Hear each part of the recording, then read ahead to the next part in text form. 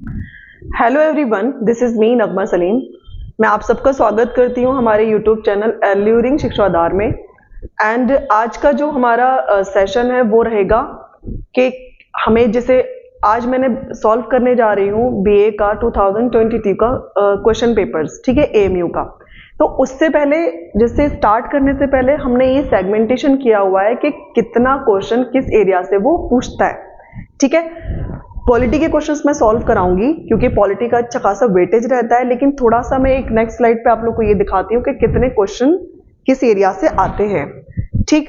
तो देखें, ये है हमारा बीए ऑनर्स एएमयू का, ठीक है। तो उसमें देखिए क्या रहता है, 100 मार्क्स के अगर क्वेश्चंस रहते हैं तो उसमें रहता है इंग्लिश 25 का, इंडो इस्लामिक 25 का, एंड सीए यानी कि current affairs and the general awareness रहता है 40 मार्क्स का। हिस्ट्री इसी में आ जाता है, यानी जो हमारा general awareness plus current affair है ना, वो इसमें रहेगा सारा। History, geography, polity and economics, ये स्टैटिक क्वेश्चन भी रहेगा और थोड़ा सा करंट अफेयर भी इसमें मिक्स हो जाएगा। एंड 10 मार्क्स का हमारा रीजनिंग रहेगा, ठीक है।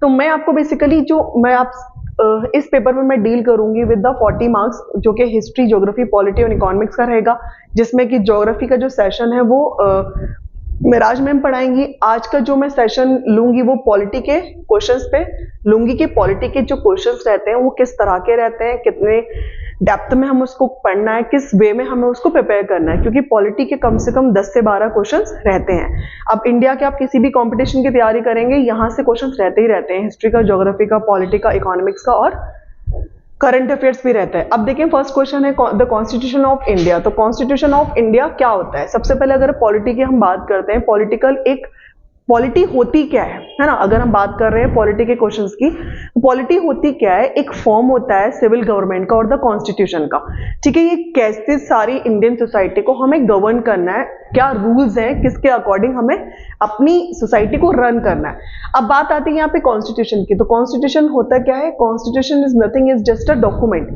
यानी यहाँ पे जब हमारा एक कॉन्स्टिट्यूशन बना था तो एक हम बात कर सकते हैं कि ये एक लिविंग डॉक्यूमेंट है, यानी कि कॉन्स्टिट्यूशन ऐसा नहीं है कि रिजिड है, एक बार जो हो गया हो गया। अगर इसमें कुछ चेंजेस लाने हैं तो अमेंडमेंट होते हैं, अमेंडमेंट के थ्रू हम कोई भी जो चीज जरूरी होती है सोसाइटी के लिए उसमें ऐड कर सकते हैं, और जो जरूरी नहीं होती है या प्रॉब्लमेटिक होती है उसको हम रिड्यूस कर सकते हैं, रिमूव कर सकते हैं। तो यहाँ पे क्या बात हो रही है? कॉन्स्टिट्यूशन की। तो कॉन्स्टिट्यूशन जैसे हम जानते हैं कि जैसे भारत का संविधान बना था या कॉन्स्टिट्यूशन बना था, तो उसमें सारे लोगों के लिए डिफरेंट डिफरेंट सोसाइटी को जीने के लिए, मतलब फुल फ्रीडम के साथ रहने के लिए और अपनी मन चाहे रिलीजन को अडॉप्ट करने के लिए, लैंग्वेज को अडॉप्ट करने के लिए हर एक को फ्रीडम दिया गया है थ्रू द कॉन्स्टिट्यूशन, ठीक है। अभी यहाँ पे क्या कह रहा है कि the constitution of India recognises only religious minorities, only linguistic minorities, both religious and the linguistic minorities, religion and the ethnic minorities. इसमें क्या आएगा? Both religious and the linguistic minorities. यानी जो कॉन्स्टिट्यूशन हमारा रिकॉग्नाइज करता है उसमें दोनों चीजें आती है कि जो बंदा अपने जो भी रिलीजियस में फेथ रखता है, जिसको भी वो फॉलो करना चाहता है वो कर सकता है, और जो भी लैंग्वेज को वो अडॉप्ट करना चाहता है वो भी कर सकता है। जो भी माइनॉरिटीज है इंडिया में, ठीक है, चाहे वो दलित हो, मुस्लिम हो, सिख हो, जो भी माइनॉरिटी है वो अपने अपने रिलीजन को फॉलो कर सकता है और लिंग्विस्टिक को भी अडॉप्ट कर सकता है, यानी लैंग्वेज को। लिंग्विस्टिक का मतलब क्या है? लैंग्वेज, ठीक है। अब आते हैं हम नेक्स्ट क्वेश्चन पे। नेक्स्ट क्वेश्चन हमारा क्या है? Election commission. देखो, इलेक्शन कमीशन बेसिकली क्या है? एक बॉडी है, ठीक है, एक कॉन्स्टिट्यूशनल बॉडी है। कॉन्स्टिट्यूशनल बॉडी का मतलब क्या होता है कि जब कॉन्स्टिट्यूशन बना था तो उसमें एक बॉडी फॉर्म की गई थी जिसको हम इलेक्शन कमीशन कहते हैं। Election commission of India, election commission of India. इसका बेसिकली ऑब्जेक्टिव क्या था कि free and fair election conduct कराए, free and fair election conduct कराए, ठीक है। तो उसमें बेसिकली कितने मेंबर्स होते हैं? 3 मेंबर्स होते हैं। अब कौन कौन से होते हैं? Chief election commissioner of India, chief election commissioner of India एक होता है chief election commissioner of India, और 2 होते हैं, यानी इसमें इलेक्शन कमिश्नर और इलेक्शन कमिश्नर, ठीक है, इलेक्शन कमिश्नर्स, यानी 2 इलेक्शन कमिश्नर्स होते हैं और एक चीफ इलेक्शन कमिश्नर होता है। तो ये सिर्फ इलेक्शन कमीशन के बारे में बात हो रही है। कभी कभी ये क्वेश्चन भी पूछ लेते हैं, यहाँ पे पूछा है कितने मेंबर हैं इलेक्शन कमीशन के। कभी कभी ये भी पूछ लेता है कि इलेक्शन कमीशन कैसी बॉडी है, कॉन्स्टिट्यूशनल बॉडी है या स्टेचुरी बॉडी है, लीगल बॉडी है, किस तरह की बॉडी है, ये भी क्वेश्चन पूछ लेता है। तो जब हम कोर्स लॉन्च करेंगे, जो कि अभी हमारा 14 नवंबर को हमारा BA के लिए कोर्स लॉन्च होगा AMU के लिए, तब हम जब कोर्स में इसको डिस्कस करेंगे तब हम डिटेल में करेंगे। अभी हम सिर्फ पेपर सॉल्व कर रहे हैं। अभी नेक्स्ट क्वेश्चन हमारा देखो क्या, the following is not an official language of the United nation. United nation के बारे में आई थिंक आप सब अवेयर होंगे, यूनाइटेड नेशन ऑफ ऑर्गेनाइजेशन। तो उसका हमारा जो ऑफिशियल लैंग्वेज है वो कौन सी नहीं है। देखिए क्वेश्चन में आपको ना हमेशा याद रखना है, क्वेश्चन को पहले अच्छे से पढ़ना है कि क्वेश्चन कह क्या रहा है। यहाँ पे क्या कह रहा है, नॉट, ये नॉट आप देख रहे हैं, आपको पहले ये मार्क करना है। जैसे सपोज करो the following is not an official language of the United nation of India, United nation not India. तो यहाँ पे क्या कह रहा है, नॉट। अभी आपने देखा कि भाई नॉट आपने पढ़ा ही नहीं और आप कुछ और ही लगाकर आ गए। तो आपको क्वेश्चंस को पहले बहुत ही शांत दिमाग से सोचना होगा, काम डाउन होकर क्वेश्चन को समझो और पढ़ो, फिर आपको आंसर इजीली समझ में आएगा उसका। तो अभी देखिए क्या है, ये क्या कह रहा है, the following is not an official language of the United nation. United nation की जो ऑफिशियल लैंग्वेज होती है बेसिकली 6 होती हैं। वो कौन सी होती हैं जब मैं डिटेल में आपको पढ़ाऊंगी तब बताऊंगी, लेकिन इसमें देखो कौन सी नहीं होती है वो पूछा है। तो इसमें पूछा है कौन सी नहीं होती है, तो वो होती है जापानीज। जापानीज नहीं होती है, अरबिक भी होती है, चाइनीज भी होती है और फ्रेंच भी होती है। ठीक है, यूनाइटेड नेशन की जो ऑफिशियल लैंग्वेज होती है वो 6 होती है। 6 में से ये तीनों हैं, Arabic, Chinese and the French, but Japanese language नहीं है। एंड अनदर वन, समझ आ गया। क्वेश्चन को अगर आप पढ़ रहे हैं सबसे पहले आप अच्छे से पढ़ें। अगर वहां नॉट मेंशन है so you have to be very careful about the question. ऐसा नहीं है कि आपने क्वेश्चंस पढ़ा और टिक लगा दिया, अगर नॉट है वहां पे तो उसको ठीक से देखना है। अब देखो यहाँ पे क्या कह रहा है, the ideal of the liberty, equality and the fraternity in the preamble of the Indian constitution. तो मैं आप लोगों को एक चीज बताऊंगी कि अगर हम पॉलिटी की बात कर रहे हैं, मैंने आपको बताया कॉन्स्टिट्यूशन से भी क्वेश्चन पूछ लेता है और प्रियम्बल से भी क्वेश्चन आते हैं। तो प्रियम्बल को हम डिटेल में जब पढ़ेंगे, जब हम अपना कोर्स स्टार्ट करेंगे। बट अभी यहाँ पे बात क्या हो रही है, the ideal of the liberty, equality and fraternity in the preamble of the Indian constitution have been taken from the. देखो जब इंडियन कॉन्स्टिट्यूशन बना था, तो जब ये जितने भी हमारे इंडिया के कॉन्स्टिट्यूशन में जैसे लिबर्टी है, इक्वलिटी है, जो भी हमने जो फंडामेंटल राइट्स हैं, जो भी हमने ये हमारे इंडियन कॉन्स्टिट्यूशन में आज मौजूद है, हमने बोरो किया था फ्रॉम अदर कंट्रीज। ठीक है, तो उसमें देखो इसमें ये क्या कह रहा है कि अगर हमने ये liberty, equality and the fraternity का जो कॉन्सेप्ट है वो कहां से लिया था, ये फ्रेंच रेवोल्यूशन से लिया था। ठीक है, इतना याद रखिएगा, फ्रेंच रेवोल्यूशन। अभी ये क्या है, सोर्सेज के बारे में अगर हम देखें कि इंडियन कॉन्स्टिट्यूशन जो बना है वो डिफरेंट सोर्सेज से लिया गया है। सोर्सेज का मतलब क्या है, हमने जब डॉक्टर BR अम्बेडकर कॉन्स्टिट्यूशन बना रहे थे तो डिफरेंट कॉन्स्टिट्यूशन को वो क्या कर रहे थे, डिफरेंट कंट्रीज के कॉन्स्टिट्यूशन को वो उन्होंने स्टडी किया था और देखा था कि क्या हमारे लिए सुइटेबल है और किससे हमारी सोसाइटी को बेनिफिट होगा, और उसको उन रूल्स को उन्होंने वो ऐड किया था। तो मैं अभी आपको एक स्लाइड दिखाऊंगी जिसमें दिखाएंगे डिफरेंट सोर्स ऑफ कॉन्स्टिट्यूशन। देखिए क्या है, द कॉन्स्टिट्यूशन ऑफ इंडिया। ठीक है, तो अब देखो सोर्सेज क्या हैं। जब हम अगर बात करते हैं, जब हमारा ब्रिटिश एरा था, इंडियन गवर्नमेंट, यानी कि इंडिया में जो ब्रिटिश गवर्नमेंट थी बिफोर 1947, हमारा देश कब आजाद हुआ था, 1947, 15 अगस्त को। तो अभी क्या होता है कि उसमें डिफरेंट एक्ट्स थे, कुछ रेगुलेशंस थे। तो जितने भी ज्यादातर जो हमारा अभी एट प्रेजेंट इंडिया का जो मतलब जो भी रूल्स हैं या रेगुलेशंस हैं जिसके थ्रू हमारी इंडियन सोसाइटी को रन किया जा रहा है, वो बहुत सारे उस जो रूल्स एंड रेगुलेशंस बोरो किए गए हैं वो ज्यादातर गवर्नमेंट ऑफ इंडिया से बोरो किए गए। ठीक है, गवर्नमेंट ऑफ इंडिया एक्ट, यानी कि जो ये एक्ट है ना 1935, ये वाले एक्ट से बोरो किए गए। अब देखिए इसमें क्या क्या आता है, गवर्नमेंट ऑफ इंडिया से क्या क्या बोरो किया गया है। सुप्रीम कोर्ट, अगर जो हमारे यहाँ सुप्रीम कोर्ट का कॉन्सेप्ट है ये कहां से ड्राइव किया गया था, गवर्नमेंट ऑफ इंडिया से। एंड एडमिनिस्ट्रेटिव डिटेल्स कहां से ली गई थी, गवर्नमेंट ऑफ इंडिया से। इंडिया फेडरल स्कीम्स, इसका डिटेल हम बाद में पढ़ेंगे, अगर सुप्रीम कोर्ट का कोई क्वेश्चन आता है किस तरह से आता है वो भी हम थोड़ा सा देख लेंगे, इंडिया फेडरल स्कीम होती क्या है। अभी मैं सिर्फ ये बता रही हूं कि व्हाट आर द सोर्सेज है ना, जो भी सोर्सेज हमने यूज किए हैं अपने कॉन्स्टिट्यूशन बनाने के लिए वो हम डिस्कस कर रहे हैं। India's federal scheme, public service commission, public service commission होती है ना, हर स्टेट का अपना अपना एक कमीशन होता है जो एग्जाम कंडक्ट कराता है, वो पब्लिक सर्विस कमीशन है। And governor as centre's agents, ठीक है। तो ये जो 4-5 एलिमेंट्स है ना, वो ज्यादातर गवर्नमेंट ऑफ इंडिया एक्ट 1935 से लिया गया था। अब देखिए क्या है, अब हमारा दूसरा एक बहुत इंपॉर्टेंट कॉन्सेप्ट है जो कंपोनेंट लिए गए हैं, एक है फंडामेंटल राइट, दूसरा है impeachment process and judicial review. ये तीनों हमने कहां से बोरो किया है, यूएसए से लिया है, ठीक है। फंडामेंटल राइट्स आई थिंक सभी जानते होंगे, इंपीचमेंट प्रोसेस क्या होता है, इतना डिटेल में आपको जाने की जरूरत नहीं है, सिर्फ इतना समझे। अगर आप इंपीचमेंट प्रोसेस को डिटेल में पढ़ेंगे, फिर जुडिशियल रिव्यू को डिटेल में पढ़ेंगे, तो इतना डिटेल में जाने की जरूरत नहीं है, सिर्फ इतना याद रखें कि कौन सा चीज किस कंट्री के कॉन्स्टिट्यूशन से बोरो किया गया है, ठीक है। यूएसए से ये सारी लिए गई, ये बहुत इंपॉर्टेंट है। फंडामेंटल राइट जो है ना, किस कंट्री के कॉन्स्टिट्यूशन से बोरो किया है, ये इंपॉर्टेंट है, तो इसको याद कर सकते हैं। जुडिशियल रिव्यू भी इंपॉर्टेंट है। सुप्रीम कोर्ट, इस तरह से वो पूछता है, इंपॉर्टेंट नहीं, इंपॉर्टेंट बताने का मतलब मेरा यहाँ ये नहीं है कि मुझे पता है कि पेपर में क्या क्या आएगा, नहीं, बस ये इंपॉर्टेंट बॉडीज है। सुप्रीम कोर्ट, यू नो कि सुप्रीम कोर्ट एक इंपॉर्टेंट बॉडी होती है, फंडामेंटल राइट्स और ये जुडिशियल रिव्यू, ठीक है। तो थोड़ा सा आपको जब पेपर्स देखेंगे और पेपर्स का सॉल्यूशन होगा तो आपको आइडिया हो जाएगा कि हमें क्या पढ़ना है, क्या छोड़ना है। जब एग्जाम में सिलेक्शन लेना होता है तो फर्स्ट ऑफ ऑल आपको ग्राउंड वर्क ये करना चाहिए कि आपको क्या पढ़ना है, क्या छोड़ना है। अब आता है डिफरेंट। अब देखो ब्रिटिश से हमने क्या क्या लिया था, parliamentary form of collective responsibility, rule of law, single citizenship, prerogative rights, ठीक है। ये सारा हमने ब्रिटिश से लिया था, ठीक है। और भी बहुत सारे हैं, देखो जैसे हमने कनाडा से क्या लिया था, strong centre, residuary power, supreme court advisory juries, appointment of the governor, तो ये कहां से लिया था, कनाडा से लिया था। फ्रांस से क्या क्या लिया था, liberty, equality, fraternity and the Republic. और साउथ अफ्रीका से क्या लिया था, election of the Rajya Sabha. Germany से क्या लिया था, suspension of the fundamental rights and during emergencies. Japan से क्या लिया था, ये procedure establish by law.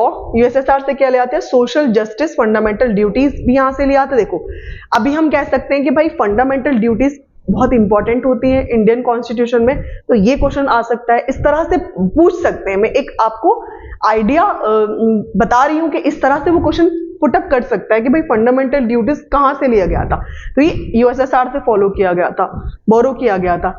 Ireland से क्या लिया गया था, देखो डीपीएसपी है ना, ये डीपीएसपी बहुत इंपॉर्टेंट है ना, तो ये इस तरह से आपको समझ में आएगा। अब डीपीएसपी क्या होती है, जब हम आपको कोर्स लॉन्च करेंगे उसमें डिटेल में बताएंगे। तो ये आयरलैंड से लिया गया है, nomination of the members in the Rajya Sabha, ये भी आयरलैंड से लिया गया है। And another one, inter state trade, joint sitting and concurrent list, ये कॉन्करेंट लिस्ट इंपॉर्टेंट होता है, ये ऑस्ट्रेलिया से लिया गया है। Sources of the Indian constitution, जब हमारा इंडियन कॉन्स्टिट्यूशन फ्रेम हुआ था तो ये बेसिकली हमने इन कंट्रीज के कॉन्स्टिट्यूशन को स्टडी किया था। हम मतलब डॉक्टर बी.आर. अम्बेडकर और उनके कंपेनियन जो कि एट दैट टाइम कॉन्स्टिट्यूशन को फ्रेम कर रहे थे, तो इन्होंने ये सारे स्टडी किया था कॉन्स्टिट्यूशन को डिफरेंट कंट्रीज की, फिर बोरो किया था कि भाई ये एरिया से हम ये चीज ले सकते हैं और अपनी इंडियन सोसाइटी को रन करने के लिए और बेहतर कर सकते हैं। Who serve as acting prime minister of India, then our next question is fifth, who served as acting prime minister of India twice, ठीक है।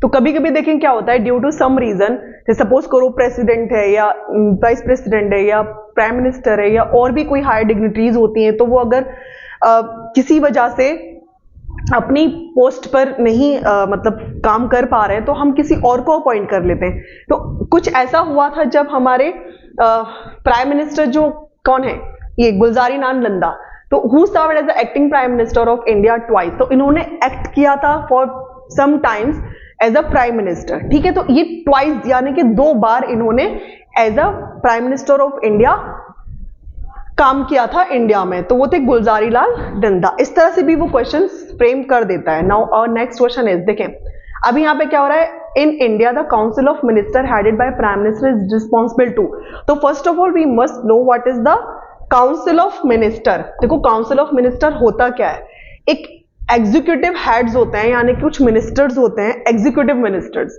है ना, आप ये सब जानते होंगे। लेजिस्लेटिव क्या होता है, एग्जीक्यूटिव क्या होता है, जुडिशरी क्या होता है। तो बेसिकली जो भी कानून बनता है या जो भी डिसीजन इंडिया में लिए जाते हैं, बड़े बड़े डिसीजन, जैसे अभी हमारे 2016 में जो डिमोनेटाइजेशन हुआ था, यानी कि नोटबंदी हुई थी, तो उस पर जो डिसीजन लिया गया, उसके लिए जो डिसीजन लिया गया, या और भी बड़े बड़े जो डिसीजन लिए जाते हैं इंडिया में, तो उस जो बहुत इंपॉर्टेंट मिनिस्टर्स होते हैं उसको काउंसिल ऑफ मिनिस्टर्स हम कह रहे हैं, ठीक है, कैबिनेट मिनिस्टर्स भी कह सकते हैं।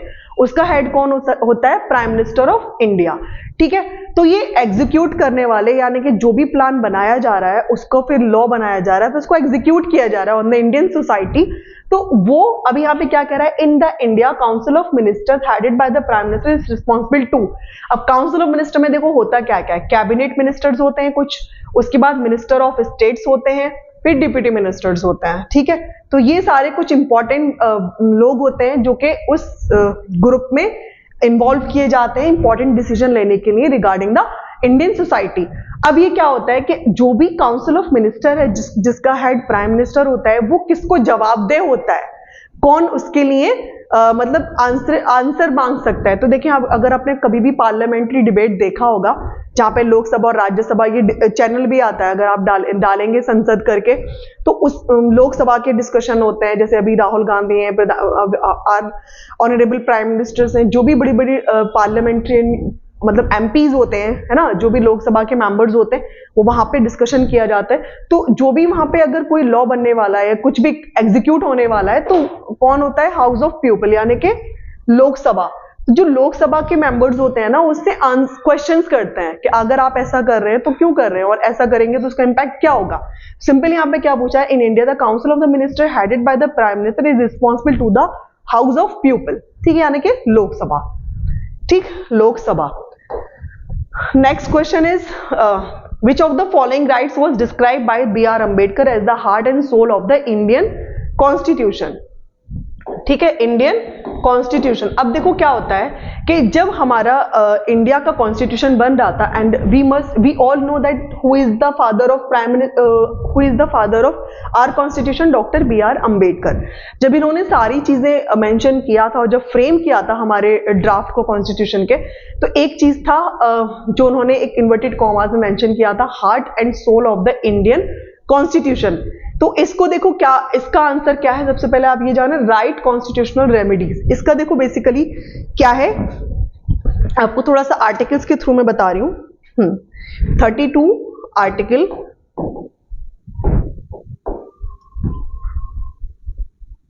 For the supreme court and 226 article for high court, ठीक है। तो अभी देखिए क्या कह रहा है, हमारे कुछ फंडामेंटल राइट्स होते हैं, है ना, फंडामेंटल राइट्स होते हैं जो कि कैसे होते हैं, मतलब उनका नेचर ऐसा होता है कि अगर कोई हमारे फंडामेंटल राइट को डिप्राइव कर रहा है, या हम उसको फंडामेंटल राइट्स को फ्रीली उसको यूज नहीं कर पा रहे हैं, अपने फंडामेंटल राइट्स का हम अपने इख्तियार नहीं, हम मतलब फंडामेंटल राइट्स को हमें बेसिकली देखें क्या है, अगर फंडामेंटल राइट्स जो होते हैं हमारे, कुछ गवर्नमेंट कॉन्स्टिट्यूशन में हमारे फंडामेंटल राइट्स हमें दिए गए हैं ना, अगर उनको कोई हमारे प्रिवेंट कर रहा है या एक्सप्लॉइट कर रहा है, तो हम क्या करेंगे? हमारा एक आर्टिकल है, जो 32 आर्टिकल है, जो कि हम सबसे पहले हाई कोर्ट में अपील करेंगे, है ना। सपोज करो हमारा फंडामेंटल राइट्स क्या क्या होता है? Right to expression, right to मतलब आप कुछ भी बोल सकते हैं, अपने एक्सप्रेशन, अपने व्यूज को एक्सप्रेस कर सकते हैं, आप कोई भी फेथ रख सकते हैं, बहुत सारे फंडामेंटल राइट्स होते हैं। मतलब फंडामेंटल राइट जितने भी होते हैं, अगर उसका आपका एक्सप्लॉइटेशन हो रहा है तो आप क्या करेंगे? हाई कोर्ट में अपील करेंगे, ठीक है, आर्टिकल 226 के अकॉर्डिंग। अगर वहां पे भी आपका सॉल्यूशन आपको नहीं मिल पा रहा है, तो फिर आप हाई डिग्निटरीज के पास, यानी कि सुप्रीम कोर्ट के पास आप फर्दर अपना जो अपील है वो फॉरवर्ड कर सकते हैं कि ये हमारा जो हाई कोर्ट है वो नहीं सुन रहा है, तो सुप्रीम कोर्ट में अपील कर सकते हैं। तो ये राइट टू कॉन्स्टिट्यूशनल रेमेडीज है, ठीक है। कॉन्स्टिट्यूशनल रेमेडीज का मतलब क्या है कि यहाँ पे आपको एक सुविधा प्रोवाइड कराई जा रही है कि अगर आपके फंडामेंटल राइट्स को, जो कि कॉन्स्टिट्यूशन में गिवन है, और आपका हनन हो रहा है, यानी हनन I think right word is not, और अगर आपको exploitation of the fundamental right हो रहा है, तो आप क्या कर सकते हैं? अपील कर सकते हैं कि भाई मुझे इस चीज से रोका जा रहा है, जबकि कॉन्स्टिट्यूशन मुझे ये करने की अनुमति देता है, ठीक है। तो इसमें क्या है, right to constitutional remedies. Now और नेक्स्ट क्वेश्चन इज, हाँ, राइट टू कॉन्स्टिट्यूशनल रेमेडीज, देखो ये थोड़ा सा देख लें। The right to constitutional remedies was created as one of the main fundamental rights because the constitution recognise the need to protect the right of the citizen. अब constitution क्या होता है कि कॉन्स्टिट्यूशन क्या कह रहा है कि जो भी राइट्स दिए गए हैं सिटीजन्स को, उसको प्रोटेक्ट करना चाहिए। In case of any of the following fundamental rights being deprived और denied to the resident of the country, the individual or the party has the right to present their case in a court। अगर उसको उस right से मतलब वंचित किया जा रहा है या डिप्राइव किया जा रहा है, तो फिर वो क्या कर सकता है, सुप्रीम कोर्ट और हाई कोर्ट को अपील कर सकता है। अब देखो नेक्स्ट क्या है हमारा, the fundamental duties of citizens were added to the Indian constitution. देखिए जिस तरह के हमारे कॉन्स्टिट्यूशन ने हमें कुछ फंडामेंटल राइट्स दिए हैं जिसको हम फुल्ली इंजॉय करते हैं, फंडामेंटल राइट्स को, कि भाई हमें ये चॉइस दी गई है और हम इसके अकॉर्डिंग अपनी लाइफ को स्पेंड कर रहे हैं। इसी तरह से कुछ ड्यूटीज भी हमको कॉन्स्टिट्यूशन, जो ओरिजिनल कॉन्स्टिट्यूशन बना था वहां फंडामेंटल राइट्स तो दिया गया था लेकिन फंडामेंटल ड्यूटीज नहीं थी। लाइक सपोज करो जैसे हमें कोई फंडामेंटल राइट है, अगर हमें कोई चीज दी जा रही है और हम उसको इंजॉय कर रहे हैं, उसके साथ साथ हमारे ऊपर कुछ ड्यूटीज भी इंपोज की गई हैं बाय द कॉन्स्टिट्यूशन, लेकिन ओरिजिनल कॉन्स्टिट्यूशन में नहीं था। देखो मैंने आपको शुरू में ही बताया, जो कॉन्स्टिट्यूशन होता है वो एक लिविंग डॉक्यूमेंट्स होता है ना, उसमें चेंजेस लाए जा सकते हैं एज पर द रिक्वायरमेंट्स और एज पर द सिचुएशन। अगर कोई चीज हमें रिमूव करनी है जो ओरिजिनल कॉन्स्टिट्यूशन में थी तो उसको भी रिमूव किया जा सकता है ना, उसके कुछ प्रोसेस होते हैं, या कुछ चीज ऐड करनी है तो अमेंडमेंट करके कुछ ऐड किया जा सकता है। तो यहाँ पे ऐड कब किया गया था, हाँ सबसे पहले आप ये समझें कि 42 कॉन्स्टिट्यूशनल अमेंडमेंट तो हुआ था, लेकिन हाँ ये पार्ट इसका कौन सा है, 4th A पार्ट डिवाइड है कि कौन से पार्ट में कौन सी चीज आती है। और 51A इसमें हमारी ड्यूटीज मेंशन की गई थी कि ये ड्यूटीज हैं हमारी जिसको हर सोसाइटी के हर सिटीजन्स को फॉलो करनी है। ठीक है, अब ड्यूटीज क्या क्या हैं आप थोड़ा उस पर ध्यान दें। देखिए fundamental duties, to abide by constitution and respect the ideal and the institution. जो भी इंस्टीट्यूशंस इंडिया में है उसका हमें आइडियाज का रिस्पेक्ट करना, the respect of national flag and the national anthem. आपने नेशनल फ्लैग जो हमारा इंडिया का फ्लैग है उसको रिस्पेक्ट करनी है, नेशनल एंथम है ना, जन गण मन अधिनायक जय है, तो उसका भी रिस्पेक्ट करना। आपने देखा होगा जहां पे भी नेशनल एंथम होता है वहां सब लोग स्ट्रेट खड़े हो जाते हैं, तो this is just a respect कि हमें रिस्पेक्ट शो करना है, वहां पे स्ट्रेट फॉरवर्ड हमको खड़ा हो जाना है, ना कि कुछ और पोजीशन में हमको रहना है। तो ये एक रिस्पेक्ट देना होता है, ये हमारी ड्यूटी है which is impose by the constitution जिसमें के 42nd अमेंडमेंट के थ्रू हमें ऐड किया गया था। To realise and follow the essential ideals of the secularism, यानी कि सेक्युलरिज्म को आइडियाज को फॉलो करना, डेमोक्रेसी एंड नॉन वायलेंस को। ठीक है, to preserve the cultural and heritage, जो भी हमारे कल्चर है जो भी हेरिटेज है उनको प्रिजर्व करके रखना। To protect the sovereignty unity and integrity of the nation, sovereignty को यूनिटी एंड इंटेग्रिटी को नेशंस के क्या करना, प्रोटेक्ट करना। To safeguard the public property, जो भी पब्लिक प्रॉपर्टी है उसको सेव गार्ड करना है ना, प्रोटेक्ट करना। To defend the country even at cost of our life, हमें कंट्री को डिफेंड करना है at any how at any cost है ना, अपनी जिंदगी पे भी बनाए but we have to defend our country. Next one is protect natural resources, जो भी नेचुरल रिसोर्सेज हैं, नेचुरल रिसोर्सेज आप लोग जानते होंगे नेचुरल क्या होता है, वाटर है, एलिमेंट्स मैटर्स जो कि हमारे सर्वाइवल के लिए बहुत जरूरी है, तो उसको भी प्रोटेक्ट करना ये भी हमारी ड्यूटीज में आता है। To avoid dowry, gambling and the other social evils, अब आप देखें कि जो डाउरी होती है ना, जहेज लेना, जहेज की प्रथा लेना और देना, ये भी हमारी ड्यूटी है कि इसको रोका जाए। गैम्बलिंग करना और दूसरे अदर सोशल एविल्स। ठीक है, दूसरा क्या है, strive towards excellence in the respective spheres of the activities of the individuals. ठीक है, तो अभी यहाँ पे क्या कह रहा है ये, अगर कोई बंदा, कोई भी इंडिविजुअल बंदा अपनी एक्टिविटीज में एक्सेल कर रहा है तो उसको प्रमोट करना एक तरह से, तो ये हमारी सारी फंडामेंटल ड्यूटीज हैं।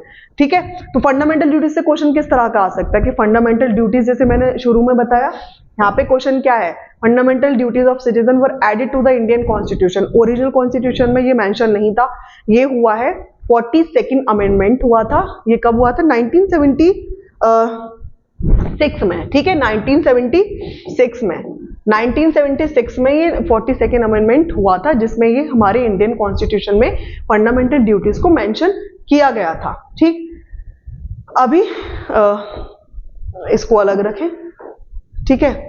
और नेक्स्ट हमारा देखें क्या है, Who is the first woman lawyer promoted as a judge of the Supreme Court? अब देखो क्या होता है कि आप जानते हैं हायर कोर्ट, सुप्रीम कोर्ट और ये कुछ बॉडीज होती हैं इंडिया में जहाँ पे जो केसेस होते हैं जिनको अगर आपको कोई प्रॉब्लम आप अपील करेंगे, आप सुप्रीम कोर्ट और हाई कोर्ट से सबको ही अवेयर होगा। लेकिन यहाँ पे बात क्या हो रही है, Who is the first woman lawyer promoted as a judge of the Supreme Court? कौन ऐसी लेडी है जो कि पहले लॉयर थी जिसको प्रमोट करके सुप्रीम कोर्ट का जज बनाया गया? तो ये एक तरह से हम कह सकते हैं कि एक जनरल नॉलेज है, ठीक है। ये जीएस का सवाल यानी कि जनरल अवेयरनेस का सवाल नहीं है, ये क्या है, ये स्टैटिक कोई इंफॉर्मेशन नहीं है, ये हमारा जनरल अवेयरनेस है, यानी कि जनरल नॉलेज है कि भाई अभी कोई बंदी किसी भी टाइम की बात ये रही हो, मतलब इंडिया की बात है कि भाई एक टाइम पे वो क्या थी, लॉयर थी, and after some period of time उसको सुप्रीम कोर्ट का जज बनाया गया, तो वो थी इंदु मल्होत्रा, ठीक है। नेक्स्ट क्वेश्चन हमारा क्या है, ये the minimum age of the contest election in Panchayati and the municipalities in India is, देखो सिंपल बात क्या है, आपको टायर पता होना चाहिए। हमारे जो गवर्नमेंट है इंडिया का वो क्या है, देखो यूनियन गवर्नमेंट है, स्टेट गवर्नमेंट है, रूरल अगर एरियाज की अगर हम बात करते हैं तो वहां पे पंचायती गवर्नमेंट है, इसमें भी सब डिविजनल है ना, यानी जिला परिषद और द म्युनिसिपैलिटीज और द ये, तो उसका सिंपल क्या है कि अगर पंचायत इतना डिटेल में अगर हम डिस्कस करेंगे तो वो कोर्स में डिस्कस करेंगे। अभी यहाँ पे क्या बात हो रही है, अगर पंचायत एंड द म्युनिसिपैलिटीज के जो इलेक्शंस होते हैं तो उसमें कितना एज होना चाहिए एक व्यक्ति का, तो यहाँ पे ये 21 ईयर्स बताया गया है, ठीक है। अगर हिंदुस्तान में जो इलेक्शन होते हैं वो कितने, एडल्ट फ्रेंचाइज का एज कितना होता है, 18 होता है, बट यहाँ पे 21 years of old can conduct और कैन कंडक्ट द इलेक्शन। तो यहाँ पे क्या हो रहा है, minimum age of the contest election is panchayat and the municipalities, तो वो 21 ईयर्स का होना चाहिए। नेक्स्ट क्वेश्चन देखो, ये सबका है, अगर to become president of India minimum age of required, president बनने के लिए 35 एज ऑफ ईयर होना चाहिए, बिकम वाइस प्रेसिडेंट ये भी 35 होना चाहिए, to become prime minister of India 25 होना चाहिए, to become member of the Rajya Sabha 30 होना चाहिए, to become member of the Lok Sabha 25 होना चाहिए, to become governor of the state 35 होना चाहिए। ये पूछ सकते हैं आप, ये अच्छा है चार्ट, इसको आप याद करके जा सकते हैं एग्जाम से पहले, और ये जो भी इंफॉर्मेशन है वो टेलीग्राम पर अवेलेबल हो जाएगा आप लोगों को। तो सिंपल एक बार देख लीजिएगा कि ये सारी जो डिग्निटरीज होती हैं उनका क्या क्या मिनिमम एज क्राइटेरिया होता है। To become member of the legislative assembly का 25 होता है, to become member of the legislative council का 30 होता है। अब देखें, to contest for the panchayati election, panchayati and the municipal election को कंडक्ट करने के लिए कंटेस्ट की एज कितनी होनी चाहिए, 21 ईयर्स ओल्ड। तो आप ये चार्ट एक बार देख के जा सकते हैं बिफोर योर एग्जाम, ठीक है। ये पूछ सकता है कि प्रेसिडेंट का कितना होना चाहिए या फिर वाइस प्रेसिडेंट का या गवर्नर का कितना होना चाहिए, ठीक है। Now our next question is civil society is constituted of, देखो थोड़ा सा मुझे बताना होगा कि सिविल सोसाइटी बेसिकली होता क्या है। आप यहाँ देखें the concept of the civil society is hereby understood broader than a group of non-government organization, इसमें non-government organizations भी आता है which need to be formally established and are firmly structured but is perceived as a wide range of organizations that are concerned with public issues being made of civic issues oriented religious and the educational interest group and association। ये एक civil society है, ठीक है। इसमें सारे लोग आ जाएंगे, यानी कि इसमें देखें नॉन गवर्नमेंटल ऑर्गेनाइजेशन भी आ जा रही है ना, और इसमें और क्या क्या आ रहा है, एक स्ट्रक्चर होता है जिसमें ऑर्गेनाइजेशन भी आ रही है, नॉन गवर्नमेंटल ऑर्गेनाइजेशन भी आ रही हैं, और जो सिविक है, इश्यूज ओरिएंटेड है, रिलीजियस, एजुकेशनल इंटरेस्ट ग्रुप, ये सारे जो एजुकेशनल इंटरेस्ट ग्रुप का एसोसिएशंस होता है, ये सब हमारा सिविल सोसाइटी कहलाता है। तो इसका बेसिकली आंसर क्या है, इसमें क्या कह रहा है, civil society is constituted of voluntary and state institution, ये नहीं होगा, voluntary and the non governmental organisation, इसमें ये आ जाएगा, corporations and the development agencies ये नहीं होगा, इंटरनेशनल फंडिंग एजेंसीज ये नहीं होगा, voluntary and the non governmental organisation. तो हमारा जो सिविल सोसाइटी है ना वो कॉन्स्टिट्यूट करता है voluntary and the non governmental organisation को। अभी हमारा नेक्स्ट क्वेश्चन क्या है, हाँ ये एक इकोनॉमी का क्वेश्चन आ जा रहा है। इकोनॉमी के जितने भी क्वेश्चंस रहेंगे मैं करा दूंगी, जो भी इंपॉर्टेंट रहता है करंट अफेयर का। देखो ये क्या, which among the following is not a pillar of BECIL third. तो अभी देखो इसमें क्या क्या है, बेसिल फर्स्ट सेकंड थर्ड क्या क्या होता है मैं आपको जब इसके बारे में पढ़ाऊंगी बेसिल तब मैं आपको डिस्कस करूंगी। देखो यहाँ पे क्या कह रहा है, capital minimum capital standard, supervisory review, market discipline, इसमें कौन सा नहीं है ना, pillar of the BECIL third में कौन सा नहीं है, कंसोलिडेशन ऑफ द एसेट। इसको मैं डिटेल में आपको दूसरी वीडियो में बताऊंगी कि बेसिल बेसिकली होता क्या है। अभी मैंने ज्यादातर जो क्वेश्चन सॉल्व किए हैं that was only regarding to the polity, वो पॉलिटी के क्वेश्चंस थे, है ना। ये वाला क्वेश्चन हम बाद में डिस्कस करेंगे, ये जितने भी इकोनॉमिक्स के क्वेश्चन होंगे।